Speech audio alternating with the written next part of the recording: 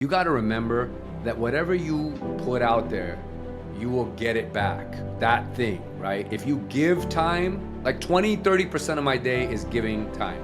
I will talk to people, give them advice, coach. There's no charge for it, whatever it is. Like someone booked time with me, they're like, can you help me with this? Whatever it is, like in my industry, outside my industry, spend time with them. I do it. And people are like, how do you have time for that? Like, you're so busy. And on the surface, I don't have time for it, but I make time to do that because whatever I give, I know I'm going to give back. So if I give time, I will get more time back some way.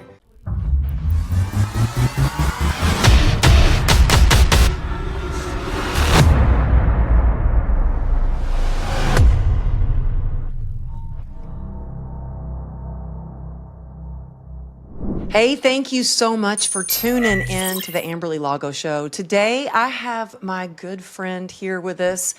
He is, someone who doesn't just talk about success. He lives it with intention, integrity, and a powerful mission to help others do the same. Arjun Dhingra is Dhingra. I always have a hard time saying that. I guess I just Okay. You just don't know too many Dhingras, so that's all right. Y'all, he is, he's got so much luminous success. He is the guru that everybody goes to when they want to know about mortgages and mindset, especially around money. And I know there's a lot of fear out there right now with tariffs and change and uncertainty. And he is here to help us move and navigate through those fears. But despite all those luminous accomplishments, being a podcast host, a speaker, he speaks all over the world. He has his own events. He has a community, the LFG community. And he is a Taekwondo black belt. Not only that, a champion, and he was the head coach. So I want to get into not just mindset, but overcoming fears. And also, I just want to say that I think you should be mayor of San Francisco. No, Arjun, that's very sweet of you. have you thought about running for mayor? Because I swear, every time I hear you talk, I'm like, you need to be mayor of San Francisco. No, this town wouldn't be able to handle me, Amberly. I'd be the first mayor assassination in U.S. history, yeah, unless there's been one. But no, it's funny you say it because politics and policy and governing is something that I've always been fascinated by. In fact, before I got into the mortgage space, I worked for a government relations firm. My boss there took a real big chance on me as a college intern to give me that job, and it was one of the best opportunities of my life. I'm still close to him. He's a mortgage client of mine. We talk once a week. I love and admire the man so much, but no, I don't think there's a future for me in any sort of politics. I like staying in the personal finance and involvement and growth space for now. But no, we have a new mayor here in San Francisco, and he's doing a really, really good job. In fact, I've got some content I'm recording this afternoon, ironically, about his accomplishments in his first 100+ days. But he's kicking ass and taking names and trying to bring this city back, so I'm proud of him. Well, I was so honored, and I have to say a huge, huge thanks to you because I had the opportunity to speak at your Better Human project. You had this event and I hope you do those events again. That was a magical, transformational room. You held your event in San Francisco, and David Meltzer and I got to be a part of it, and it Yes. was amazing. And I had just found out the day before that my book made USA Today bestseller, and I hadn't even really thought about it because I was just like, I found out and then literally got in the Uber to go drive to get on the plane and get to San Francisco. And I have to just say thank you for making that such a special moment for me because y'all, he goes all out. You had a driver pick me up, and then at the event, you had my book. You bought a book for every attendee, and it was a jam-packed room. But not only that, like you had books set out, you did this big screen, and you really made that was honestly my favorite part of my whole book launch was getting to be there with you and your community. And so I so appreciate that. I will always treasure those memories, and I have so many great pictures from that. But you truly are one of these people that you are one of the best humans I have ever met. It's not just like you're the successful entrepreneur and leader and speaking at all these amazing events. Like, you are so genuinely care about people, and it shows because those are the people that came to your event. Every single person was just incredible. Do you think you're going to do another Better Human Oh project? yeah, yeah. No, and like to your point, and those are very kind words, Emily. So thank you, but thank you first and foremost for agreeing to be part of it when I reached out to you at the time. And I feel like it was just fate, how it all lined up. You know, we wanted to do an event because I do a lot of business facing events for the industry, the real estate industry and the finance industry. And I thought, you know what? Everyone's focused on business and tactics and do this and do that and X's and O's, execute, execute. But unless you're good here and you're good here, none of that matters, right? Mhm. It's all just smoke and mirrors, and it's temporary.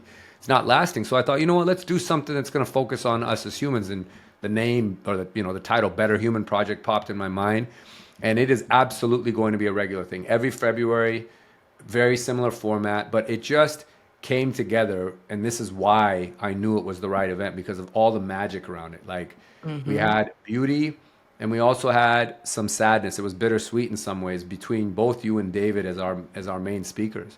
You know, Yeah. poor David's mother passed away literally 12 hours before the event, and David would have had every right in the world to back out of it. And in fact, I would have actually encouraged him to, like, go be with your family. Like, I'm the last person you need to be worried about.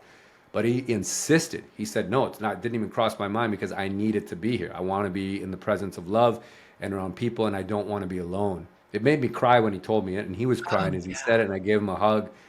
And it turned out to be such a genuine and even more powerful delivery because it was so real and authentic. And quite honestly, a keynote he can never give again. He'll never give a keynote hours after his mother just passed because he'll Yeah. never be able to recapture those emotions or that feeling. And then for you, the magic of this historic like milestone, as you know, to do this not once but twice. You've been a best-selling author, right? And you know, on top of it, I want to make sure we get this in there because it's all about, we wanted to make you feel special and acknowledged and seen. I had the driver pick you up, but I think I also had him standing outside with a sign saying USA Today best-selling author Amberly Lago. Oh, I And took a video of that. I was like, "What? Oh my goodness." yeah, no, I it's mean, special. Like, these things are not accidents and they're no small feats. Like, and it also tells you that you're doing the right thing. Like, the response and the feeling I got back from the event and your feedback obviously being so well received and very special to me. It's assurance that it's validity, validation that you're doing the right thing, that this was the right event and we need to do it again. For you to get that validation of receiving that acknowledgement as a USA Today best-selling author is the validation that this was the right book at the right time for this audience, and you probably need to do it again, Amberly. So, you know, I I think know my you. husband will kill me. But, Yeah, I know. I feel like also, I don't know if you feel this way, but do you ever feel like when you're doing something that is important to you and you know it's going to make a positive impact in the world, that you get resistance that comes up? Sure, it's it's doubts. Maybe the resistance can come in a variety of ways, right? There could be doubts. There's fear. It could be a wave of different things. Maybe even a combination of various things. But I think I think that's normal. And if anything, it's probably a reminder that it's not supposed to be easy. The challenge is the way. The obstacle is the way. That's the path. And if this is getting a little bit harder, it's not that I need to run away from it. I need to run harder at it. And obviously, I'm sure I that's what's I happening. love that. Yeah, that's how I feel too. And I mean, I just when I was going to your event, I get off the plane and my assistant's like, "You're not going to dinner. I know that you're not feeling well, like because of the CRPS. You are going straight to your hotel. There's an IV nurse that's going to be there." And it was like, "Yes, I will get that IV. I will be rested up and I will be ready to go." And so, yeah, resistance, whether it's your mind, your own fear or doubt or your health, it comes up. But I think it's so rewarding when we do, keep moving forward. And I love that you said the challenges, that's the way. Like, when you have fear come up, it means run towards it. That means it's Yeah. probably something I always used to tell my clients, do something that scares you every day. Hmm. It, Yeah, I I really agree believe with you. that. I agree So, with you. do you think that, well, first of all, how old were you when you got into Taekwondo? I was 8, so I got bullied as a kid, and living in Reno, Nevada. And at the time, the Karate Kid, the original Karate Kid, right now I'm really aging myself, had come out. And I was just obsessed with it because that character, Ralph Macchio, who one day I'm going to have on my podcast. I'm working on it. Oh, But yeah, yeah. Daniel LaRusso, he was bullied, and I don't know. The character resonated, and I was begging my mom to put me in a class, and she did. She looked through the yellow pages. Now I'm really aging myself. You remember those? The yellow pages. Yep. Wait, half your audience is like, what are these two laughing about? Like, is it an inside joke? You know what? It is, but it isn't, because this was how before Google. This was our Google. If you wanted to search something or find a number, you had to look through this big, thick book. And she looked in the yellow pages. She found a martial arts school. It was at a YMCA in Reno. It wasn't even a karate class. It was a Taekwondo class, and I didn't know the difference. So she threw me in there, and the rest was history. But that's how I got involved. I was 8 years old. Wow. I put my oldest daughter in Taekwondo and she was really good. And then she just didn't want to take anymore. And I said, well, you're going to finish the year out and then see. So she finished the year and, she stopped and then she could see how much my youngest daughter is really, she's an equestrian and she's just so passionate about horses. And my daughter said, I wish that I had something like that I was so passionate about when I was younger. And I was like, well, you were about Taekwondo. She goes, yeah, I wish I never would have quit. And I think that sports give kids such a great discipline, resilience, determination, perseverance, trust in themselves. So much that carries Yeah. through the rest of your life. How do you feel that being a champion in Taekwondo and the mindset around that, being an athlete, how has that helped you and molded you as an entrepreneur? Well, I think it's definitely created structure and frameworks and this cemented understanding, because it's really grounded in me now, that you have to be committed to a process. That success doesn't happen by accident. People don't win by accident. They don't become champions because they're lucky. They have a formula and they stick to it. They have a process. They have discipline. They have people around them. They have something that they commit to, micro goals, like steps every day of moving forward towards something. And that's what it really taught me, is that these things are not an accident. Like every time I won, we had the right people, the right team, the right formula. I kept my circle tight. I cut things in my life that I didn't need to have any exposure to, tried to minimize negativity or just bad energy, whatever. Just really go into a bunker and lock down.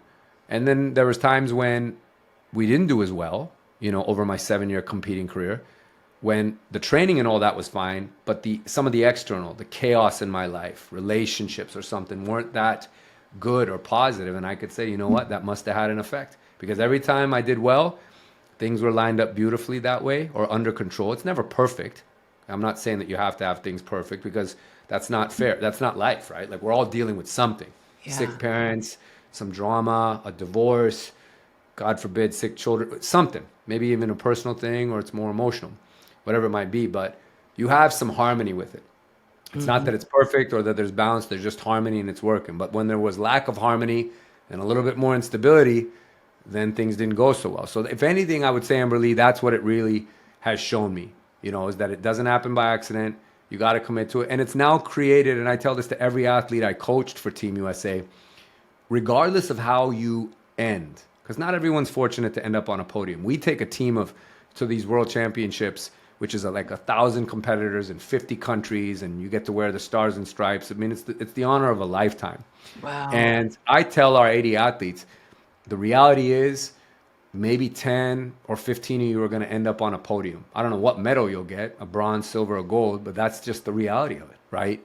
So not everyone's going to get one. Yes, everyone's got dreams of getting a gold medal put around their neck and hearing their national anthem. It's not going to happen for everyone. And I said, that's not the important thing. The important thing is who you've become as a result of this process and committing all this time. And you've changed. You have evolved into something. You pushed yourself into something that you didn't know was possible. Maybe it was just purely from a fitness level. Maybe it was a mental resilience. Maybe you do get the medal. Whatever it is, you're going to end up in a very different place.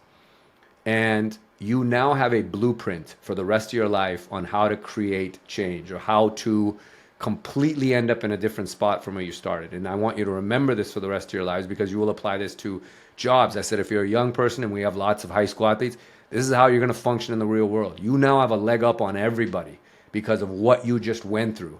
And if you can harness that formula and keep it close to your heart and in your mind, and you just know, I've got a process. I know. I just rewrite it.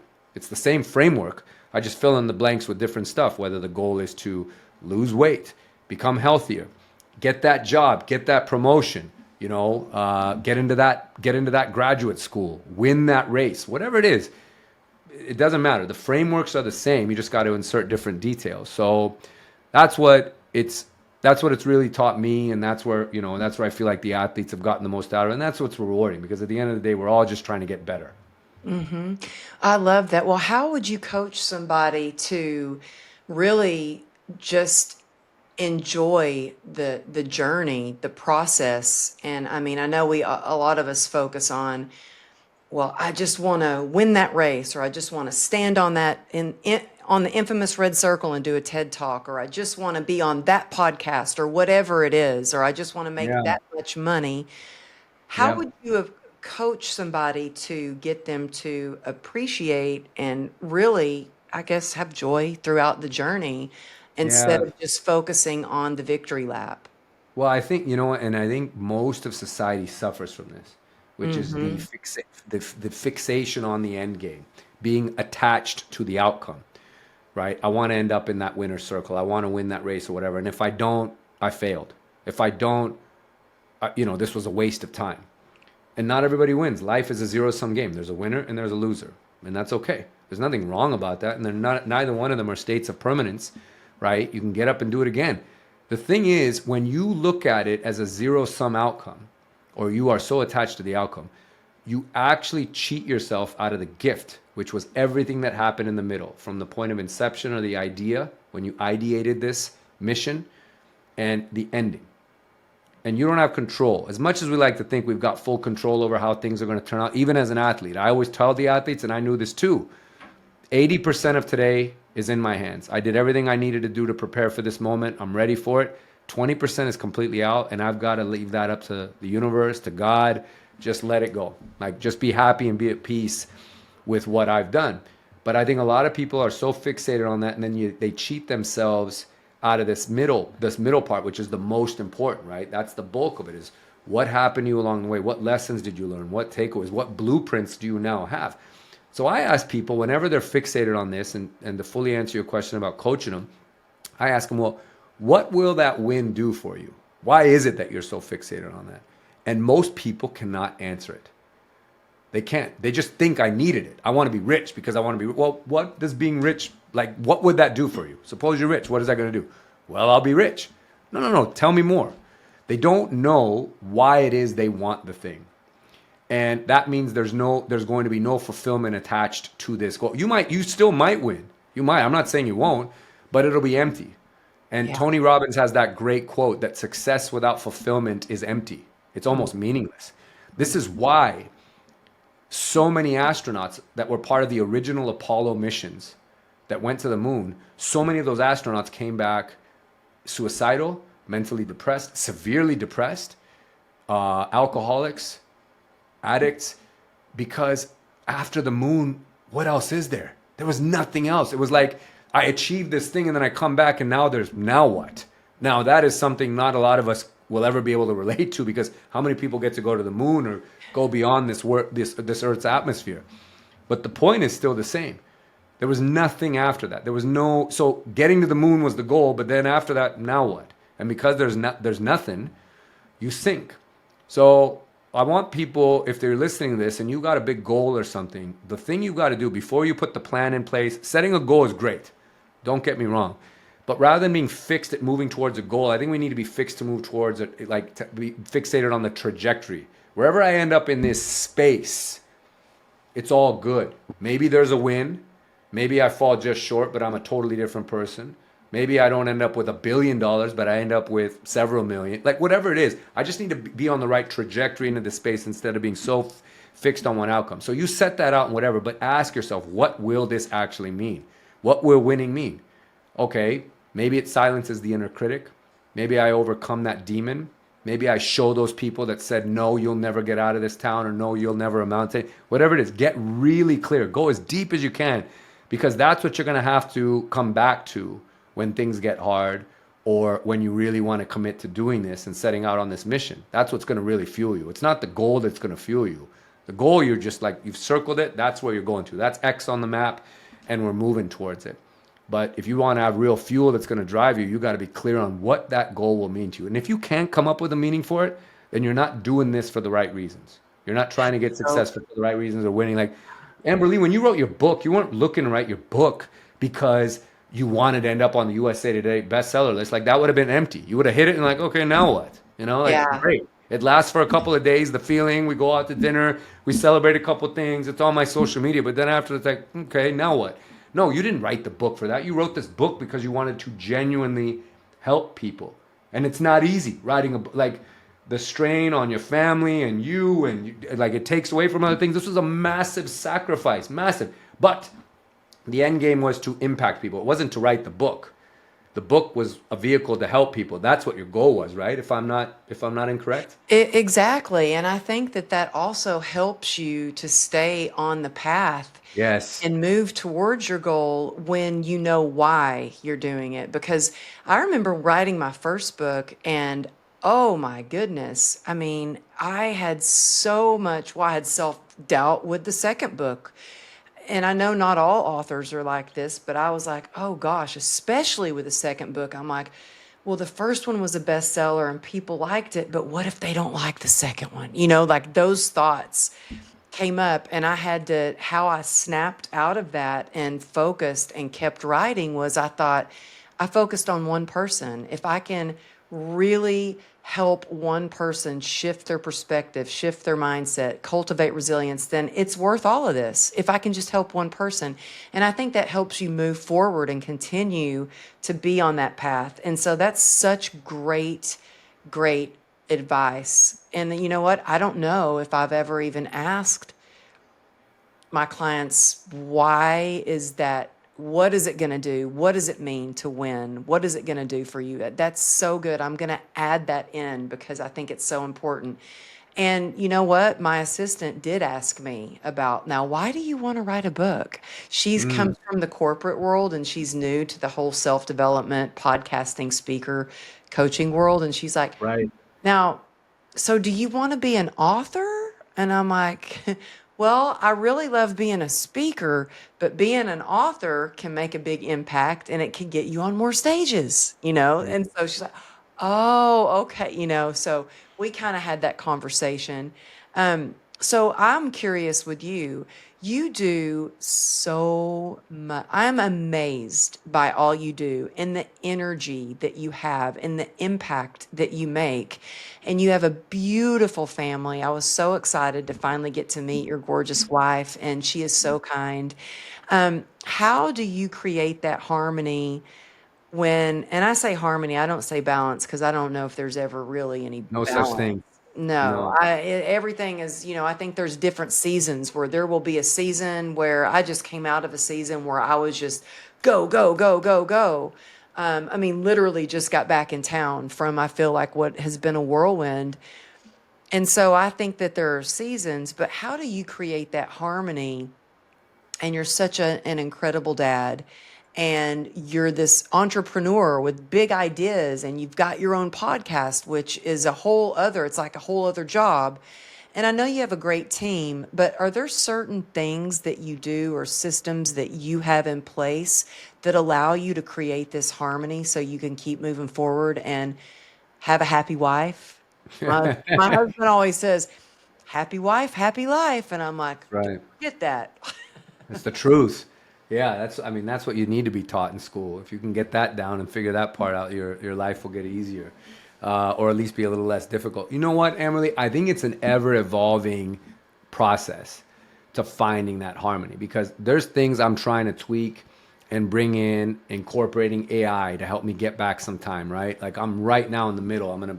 When we get done today, I've got to spend the rest of the afternoon implementing this product that is going to help me manage my inbox better. because I don't want my assistant to do it. I want my assistant to do some other stuff so that I don't miss key emails or whatever. And this, supposedly they say, because they write the emails for you, the responses back, and you can proof them. It learns your language and how you are. I'm really fascinated by this. But My it's an friend, example. who's doing this? What company?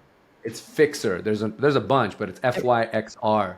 And it was recommended to me by another fellow entrepreneur who I have a lot of respect for, and I'm part of his mastermind. And he told me this is what you need because I told him my challenge.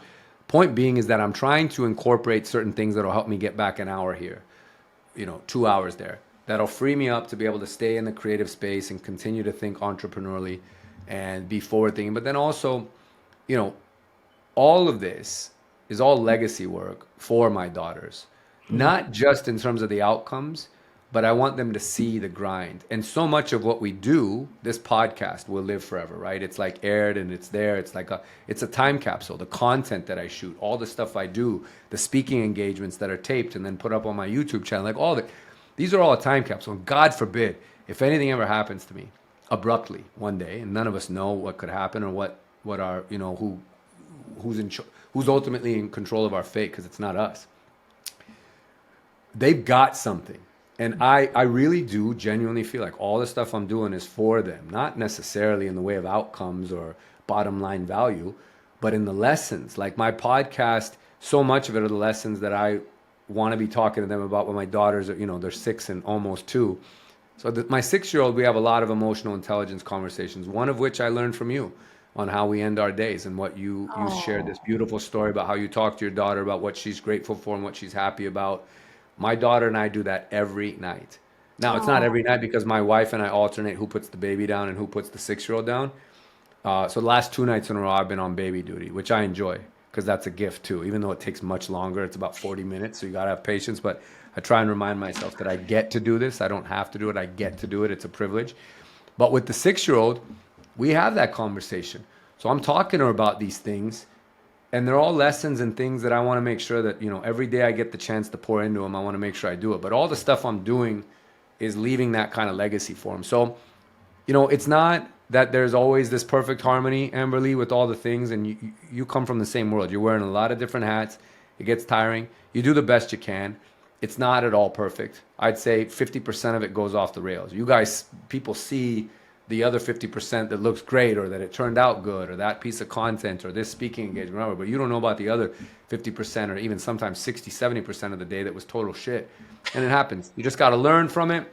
You got to put things back together, try harder, try and figure out ways to get some time back, but you just don't lose sight of what's most important in your life. And again, back to the coaching thing, why you're doing this. What's the real meaning behind it? And for me, it's for them, right? It's for the family. It's for my 2 daughters. So that makes it easy to keep the energy up because then it doesn't feel like work. There's purpose behind this mission, even though it might be scattered at times and crazy and pulling me in a million different directions and I feel like I'm running low. I know why I'm doing it, and that's what makes it a little bit easier. So again, just being really clear on that, I think is important for anyone that's doing a lot. Yeah. Oh, that's beautiful. You are such a good dad. I love that. And I love that you've incorporated the gratitude at night Yeah, too. I love it. I heard you Oh, say it in Texas. We were in Fort Worth and you were giving a keynote and I was sitting in the back listening and it was very touching. I cried during it. I've cried. You make me cry a lot in the best of ways. I had you on my podcast. I was moved we to were tears. both crying on your We were both podcast. crying. Generally, when I see someone, some people can't do it, but when I see someone crying, it triggers me and I start crying, like for Me whatever the too. reason is. But there's other people that don't. Like they see someone crying and it literally has no impact on them. But I'm not one of those guys. But yeah, on the podcast, but I heard you talking about that on stage and it had a profound impact on me. And I always want to raise situational and self and personal awareness in my children. And I don't think you can ever start too early. How many adults do you and I know? We were having an offline conversation about this that have no clue, and it's too late to teach them now. But children need this, and it's never too early to teach them that stuff. So it just had a big impact on me. I'm always looking for ways to do it, and I incorporated it literally 2 nights later when I got home, and we've been doing it ever since. So Oh, thank you well, for that. they are so blessed to have you and all the skills, whether it's emotional, whether it's, coming from the soul or from the mindset or whatever it is, they are so blessed to have you. I was speaking to a friend of mine earlier today and she goes, wow, it seems like you have been surrounded by a lot of negativity in your life. And I was like, yeah, I sure have. And that's why I chose to go the other way. And I was like, I want to live a life with positivity, not fake positivity, but I want to focus on the good because I feel like when you focus on the good gets better. Focus on the solution. Right. Focus on the Yes. solution and not the problem, and that's what I really feel like you do. I'm just curious, do you have like I know you talked about discipline and what Taekwondo did for you as far as like teaching you systems and discipline and stuff like that.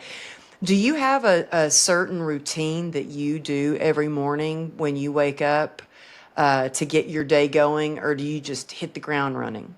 I think there's a lot that's been made of morning routines and stuff, and they work great for people. A lot of people that talk about them, but then there's the rest of the world that feels like because I don't have a morning routine, therefore I must be a failure, or my day is gonna suck. No, that's not it. Everyone's different on how they go about things. There's sometimes I've got a routine where I've gotten up and done a little bit of a gratitude practice or something with my coffee, or I'll just kind of stare out at the ocean because we have a beautiful view, and I'll just look and see and be just grateful for things I have and remind myself that any challenge I have today is a first world problem and I'm lucky that I have these problems and I'm going to tackle them, whatever they are. Then there's other days I get up and I dive right into my inbox and it's just high cortisol, high stress shit, like right out of the gate. That's my morning routine. Like we just got into it. So it's not perfect. There's no set way. I'm always in awe of people that have like a set routine that they really stick to. They're cold plunge, they do this, that, but it's for everyone else that isn't into that or doesn't have it. I don't want you to think that because you don't do that stuff, you're not successful, you're not going to have a good day. Like everyone is different. Whatever your routine is or lack thereof, you've still got direct control over how, your output in this day and your impact on everyone you come across is going to be.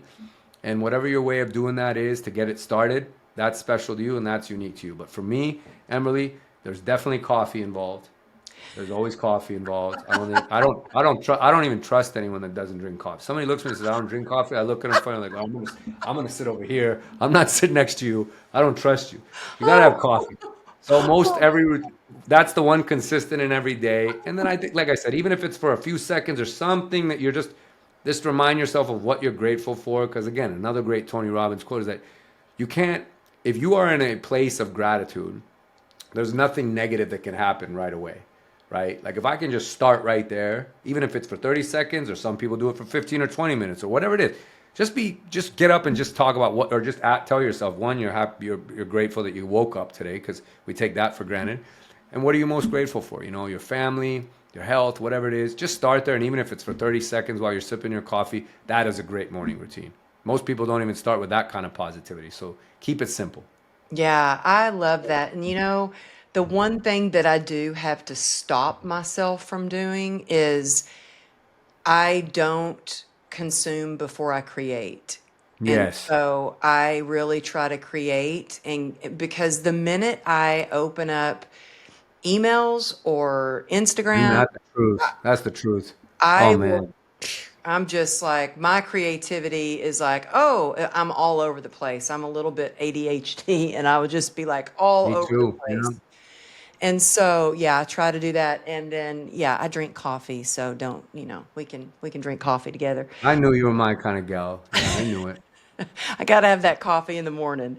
Um, Gotta have it. yeah, and speaking of like email, I'm very interested to know more about that AI. I've had a friend actually, you know where I met him? His name's Ryan. I met him where I first met you when we were speaking at Renee Rodriguez's Amazing. event. And he's like, I've got AI, it can check your email. And I was like, I don't know about that. I have an assistant that does that. That's kind of scary to me. But now to hear you say it, and now that I've been using AI every day and it has saved so much time, it can save you time and money. Big time. Um, Big time. Like Big time. there are companies that charge hundreds of like thousands of dollars for branding. We'll give you branding and we'll do your newsletter campaign and this and that. I'm like, yeah, you can just use AI for that now. You can. Yeah, You and it's gonna know? keep going. It's gonna keep going. It's gonna keep expanding. It is going to eliminate some jobs or change things. It's just inevitable. Yeah, It's the it cycle is, of life and business. but Yeah. it is good for helping sometimes to spark creativity too when I need an idea. So I love that. Well, I love how you talk about mindset, and I especially need to talk about mindset around money Mm, because what I have coming up with a lot of people, and I've noticed it lately because I am doing a retreat in Kauai, and it's a really good deal. Like it's 5 days on the island and it's very well priced. Where I know there are some people in our industry that charge like $15,000 for 1 day with them. This is 5 days for under $8,000. That includes your hotel, incredible. you know? It's incredible. And yet still, I'm sharing this because this has just come up because I just started reaching out to people yesterday. And so many people are like, oh, well, you know what? I don't want to put it on a credit card. And I don't know how I can do this. I'm scared about money right now and a lot of fear. And Yeah. for me, I'm the kind of person, I'm not going to go out there and be spending money like on stuff that doesn't matter. But when I know that something is an investment that I know it's going to move the needle on my business or my relationships or eventually, my finances, I'm like, I'm all in. I will figure out a way to pay for that. It's Yes. just like I worked with a coach, and because I worked with that coach, they referred me for a speaking gig, which paid for my coaching. Yeah. It always Which comes back. some people would have been like, oh my gosh, $15,000 for 1 day, like that's too much. Well, it's all how you look at things. How Yes. do you is there a way to get people out of that fear about money and get them Yeah. more into an abundant mindset? How do you coach people on that? Well, I say this, and I'll tell you from both perspectives. As the host that's trying to get people to understand that this is going to be a great investment, and it's not easy putting on events. You're putting on a 5-day retreat, so God bless you for doing it. I'm going to sneak my way into that one because I know that one's going to be special, and I want to be there Thank for you. it. So there's that, and then there's the standpoint of the person that would be the attendee, like when they're deciding whether or not they want to actually transact and do this. But I think when it comes to personal growth, investing in yourself, all this stuff, you got to remember that whatever you put out there, you will get it back. That thing, right? If you give time, like 20, 30% of my day is giving time. I will talk to people, give them advice, coach. There's no charge for it, whatever it is. Like someone booked time with me. They're like, can you help me with this? Whatever it is, like in my industry, outside my industry, spend time with them. I do it. And people are like, how do you have time for that? Like, you're so busy. And on the surface, I don't have time for it. But I make time to do that because whatever I give, I know I'm going to give back. So if I give time, I will get more time back some way.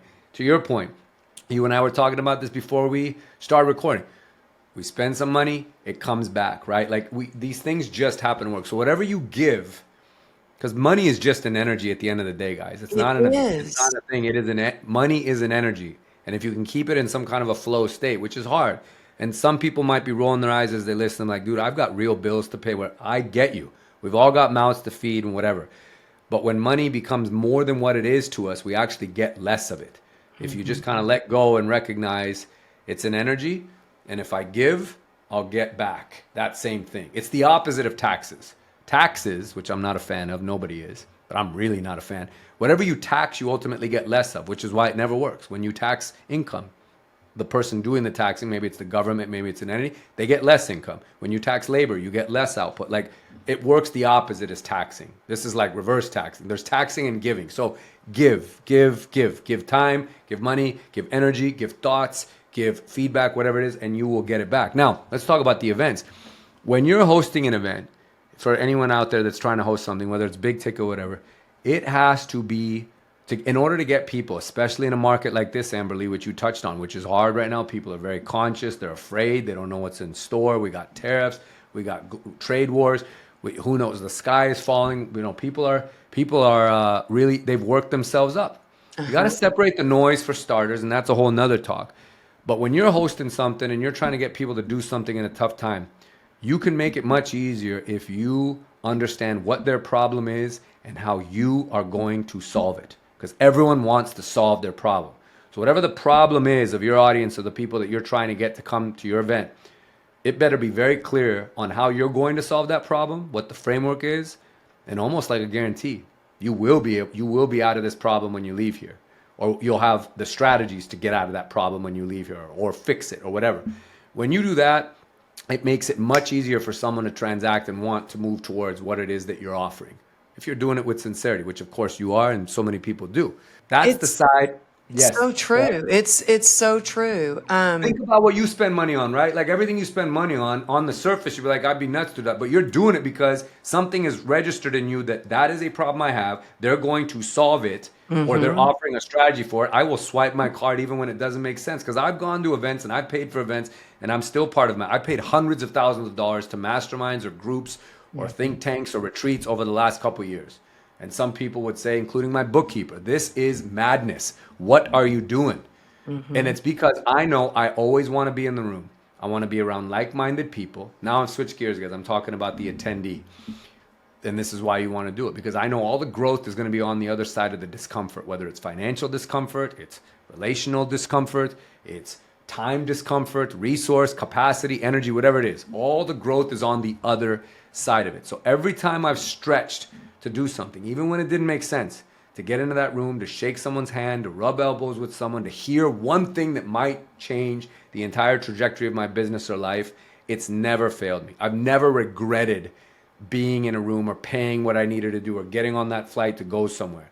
If you're in alignment with whoever it is that invited you and they're in alignment with you, there's only good that will come from it. Yes, it costs money, and yes, it comes at the expense of something else. But like I said, if you give that, I promise you, you will get it back. So when you're afraid right now, and you have a right to be, no one's saying that it's foolish to be afraid or a little bit skeptical or a little bit like you're tightening up the belt. You know, we got to batten it down and not spend as much. And that is the normal tendency. Most businesses take their foot off the gas of marketing. That's the first expense they cut.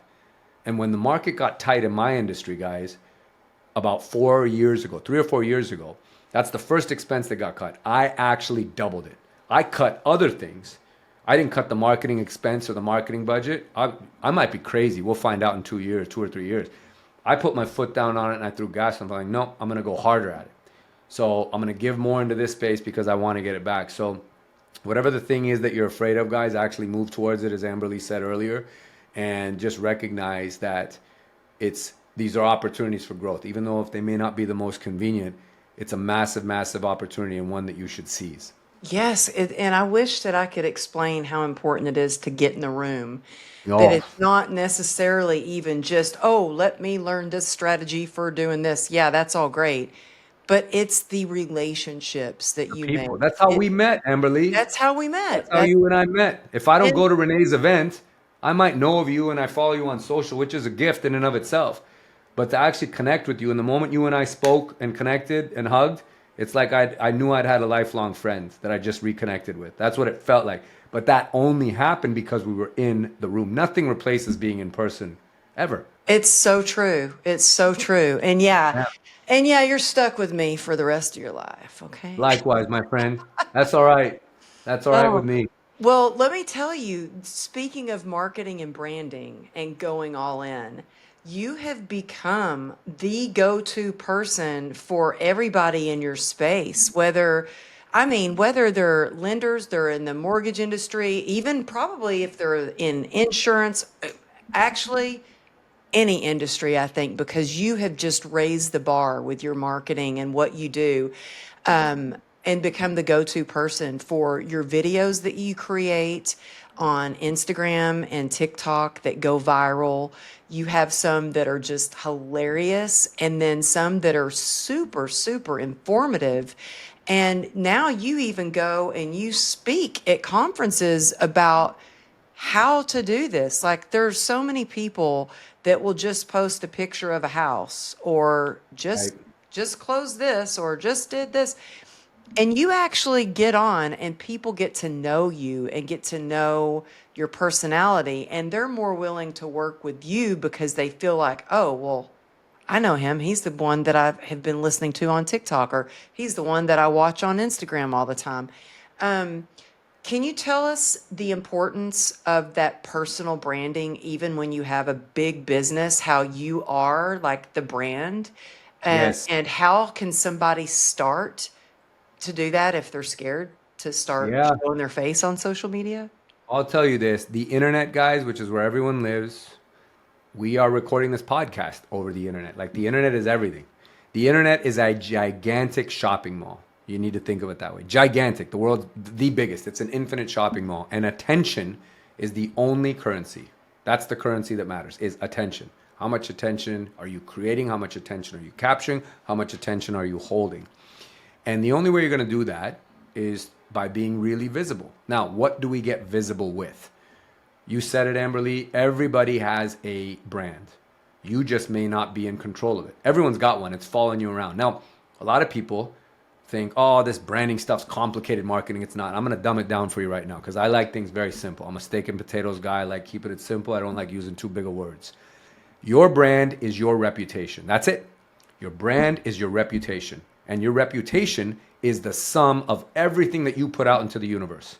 The kind of person you are, the way you leave people feeling, the results that you get as a service provider, the wins that you get for your clients. That's your reputation. That is your brand. Everybody's got one. Like I said, you just may not be in complete control of it. So if you can kind of reverse engineer that and figure out what it is that you do, what's your thing, and you understand what your reputation is. Because guys, at the end of the day, your brand, like I said, some of you may not have control over it. Your brand shows up to meetings before you do, and it's what people say about you when you're not in the room. When you leave the room, that's what they say about you. Or before you get to the meeting, if they've been studying you and pulling you up online, you've already shown up before you've actually physically shown up because your brand is doing the talking for you. So everyone needs to take full ownership of it and recognize that with this ownership of it, and starting to talk about what it is I do and who I help and making things relatable. It's not about being likable. There's a big difference there. If you're likable on top of it, that's a wonderful combo. But you don't have to be the most likable person. You don't have to be the best looking person. You just have to be in value or in service to other people. You brought up that example, Amberly, of so many people in my industry will talk about, I just sold this. I just made President's Club. Look at me, I'm great. And don't get me wrong, guys. Credibility is important. You got to blow your own horn. I get it. We all need to do that. But it doesn't make you that special, okay? You know what? You sold a house. Great. So did a few 100,000 other people this month that sold houses. Tell me the story about it. Because at the end of the day, these are not transactions and notches in our belt. These are human beings we help. I want to know, and I tell agents this all the time when I speak. Don't tell me about what you just sold. Tell me about how you helped a single mother stay in that house after a nasty divorce so that she didn't have to take her kids out of that school zone and make new friends again, and what would have already made a very difficult situation much more trying and stressful. That's the story you tell me, because stories draw people in. These are human beings at the end of the day, guys. They're not accomplishments. They're not notches. So when you think about what you put out there into the world, again, with the reputation and the concept of brand, be very mindful of what you're putting out there. And every human, every story, every interaction is a different one. They're all very unique and independent, and they deserve to be told. And so that's just an example of the kind of content I like to put out and what I implore other people to do, regardless of what industry, and I'm just using real estate as an example, is tell the story behind what happened here, because somebody knows somebody else who's going through a nasty divorce. They're going to think of that, and that sticks better because there's emotion attached to it. You get drawn in. We all love a good story. And my client, my person that I'm helping, they're the hero of the story. When you say, I just sold this, you're being the hero. Nobody needs you to be the hero. Take the attention off you. Make the client the hero, or the person you help, or the family you helped, or that whatever it is. They are the hero of the story. You come second. So I know that was a bit of a mouthful there on Well, no, branding and you know, execution. you have such a gift for, you do that. You make other people the hero everywhere you go. You are one of the most humble people I've ever met. And so, it's really rare to see someone with such luminous success, yet still has this servant heart and is so humble. And you highlight other people everywhere you go. You just have a gift for doing that. So thank you for that. And Thanks, Emily. that's such great advice. Now, there are a lot of people, this is the excuse I get a lot, is I just don't have time for that. I'm working on other things. I don't have time Mm, for that. And like I just spoke to a former client of mine, and she's like, "Oh my gosh, we have great stuff. I've got the funnel. I've got the this. I've got everything." It's like, and I said, "Well, it's kind of like when I wrote my first book, and I had the publisher say, "We don't do any marketing or branding for you. If you want your book in the hands of other people, it's up to you to do it." And I was like, it's up to you. Pretty graphics are one thing. That's all pretty, but people, there are a million coaches out there. There are a million realtors out there. There yeah. are a million, people in the mortgage industry out there, but people want to get to know you. And I was like, time to start putting yourself out there, let people get to know you. What do you say to people, and I don't know if you get this or not, Yeah. who say, "Oh, well, I just don't have time for that." It's a very simple rebuttal. And I love that you asked this question because I always answer it. When people say I don't have time for that, I respond, you mean you don't have time to be good at what you do? Because everything Oh. we're doing here is ultimately making us better. Researching topics, thinking about what we're doing, marketing ourselves. Tony Robbins, I know I refer to him a lot, but I admire and love him so much. Tony Robbins says the only two responsibilities, sole responsibilities of a business owner or operator are to innovate and market. Get good at what you do, tell the whole world about it. Sharpen the blade, put it on blast. That's it. Innovate and market. That's your only job. So if you are telling me that you don't have time for this stuff, you're basically saying, I don't have time to be good at my job. I'm just looking for low hanging fruit and transactions. I need to just close something or sell something or make something happen. This all will make every other facet of your business better. One, because this is the way now, guys. This is not some trend. This is it. This is like, you don't want to be a taxi, right, in an Uber world. Taxi cab companies were arrogant and I call it AA, audacity and arrogance. That'll kill any industry. The arrogance to think that you know everything or that you don't need to get better, and the audacity to think that there is no improvement for you or that you can't evolve. If you stay set in those ways, you're going to get killed and leveled off. So nobody needs to be think like this is the way now. The attention, the currency, like I said, all of that stuff, the visibility, this is the way. So you make the time, like you have the time. Everyone has the time. You're just thinking of it as an extra thing. But if you actually embrace it as something that's going to make other aspects of your business and life better, it will kind of replace some things or it'll become the thing. It won't be an extra thing.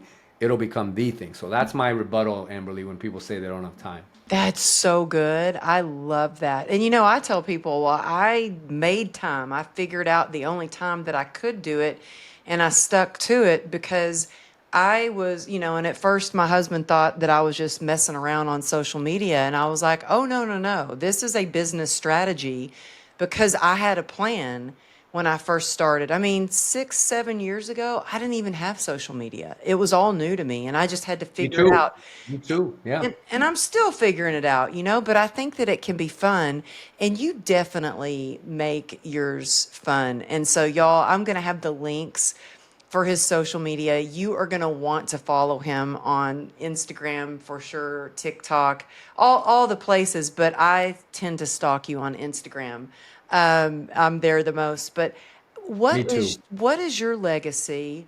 And then I also want to, I know we're running out of time. I could talk to you all day, but what is your legacy that you're working on right now? Is just to help tackle the financial literacy crisis in the United States and make people more aware of it. We are a country, unfortunately, that likes to keep up with the Joneses, keep up with our competition, and we do that by spending. We spend money on things we don't need to impress people we don't like or that don't Yeah. even like us.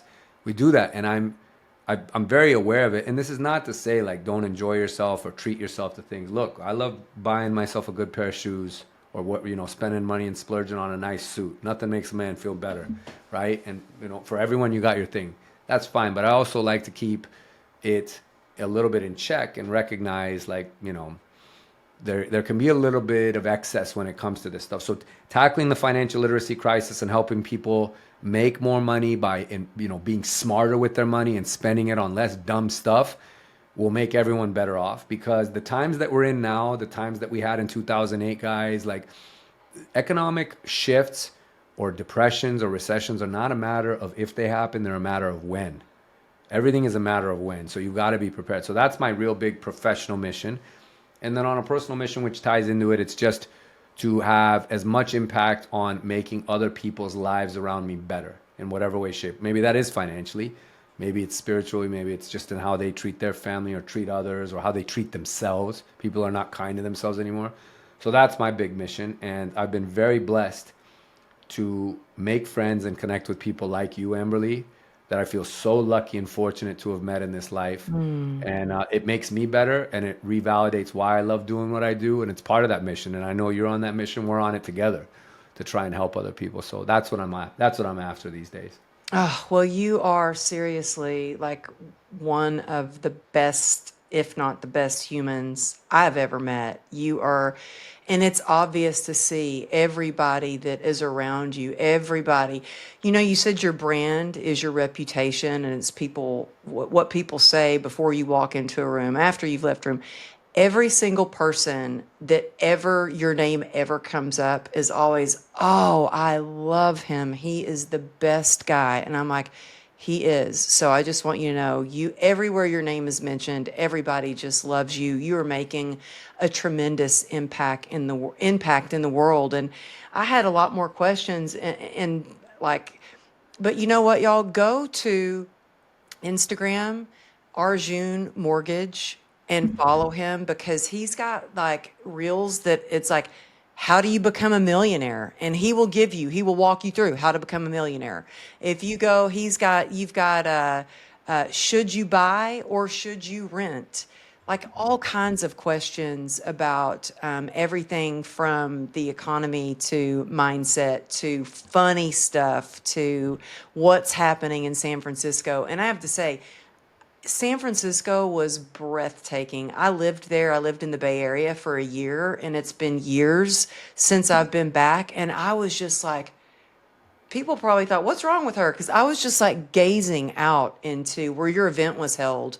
The view, the hotel you put us in was just magnificent. So thank you again for the opportunity to be a No, part of your thanks for event. And so Better Human Project is going to be every next February. February. Every February, there'll be a business facing event every November, but every February. So we'll be announcing it soon. We'll have you back out, Amberly, to be able to enjoy it and sit back and not be in the middle of a book launch. So you can actually take it all in this time. But yeah, it'll be every time. And again, thank you for being part of something that was so special to me. And it was a new concept. Some would call it a risk. I didn't call it a risk. I felt like it was a calling to do something like this for people. But you and the magic of your book and the success of it and the timing of all of it, how serendipitous it all was. It was just beautiful how it all came together. So I'm forever grateful to you for being part of it because you could have easily told me I'm too busy, and you had every right to tell me that with everything you had going on. But you wanted to be there. You delivered. It was such an impactful keynote, and everyone is still talking about it here. And I Oh, sincerely well, thank you. And anything you ever need, just know it's always a yes. I'm like, what do you thank you, need? my Yep, friend. I'll be there. Yep, Same yep, for you. yes. You know it. Same for you. I'm serious. So tell everybody the best way to listen to your podcast because you have phenomenal guests on your podcast. Tell people how they can coach with you, get into your events, find your podcast, just the best way to reach you. Great guest. I appreciate that, including hers truly. She was, Amberly was on, and it was one of our best episodes. It was an amazing episode. So it's called the LFG Energy Podcast. It's in the personal growth and involvement space. It's fixated on mindset with some ties to business, but it's all about being a better person, resilience, getting off the ground, when things were dark. And that's where we really went, in that beautiful conversation you and I had. That's where you can find some of my mission work. And then social media at Arjun Mortgage on Instagram. That's where I spend the most time too, just like Amberly does. And I answer all my DMs, but it's the same handle for all the channels, whether it's YouTube or LinkedIn, Facebook, etc. But Instagram is where I spend the most time. So if you write me there, I will write you back. Oh, well, thank you so much for being on and sharing your wisdom and just being such an incredible friend to me. And thank you guys for tuning in. All those links will be in the show notes. And if you have a friend that you think, oh my goodness, they really need to hear this, please share this with them. Let's keep this energy going and spread the love. So thank you again, Arjun. Love you. Love you too, my friend. Thank you so much. Thank you. And thank y'all for tuning in.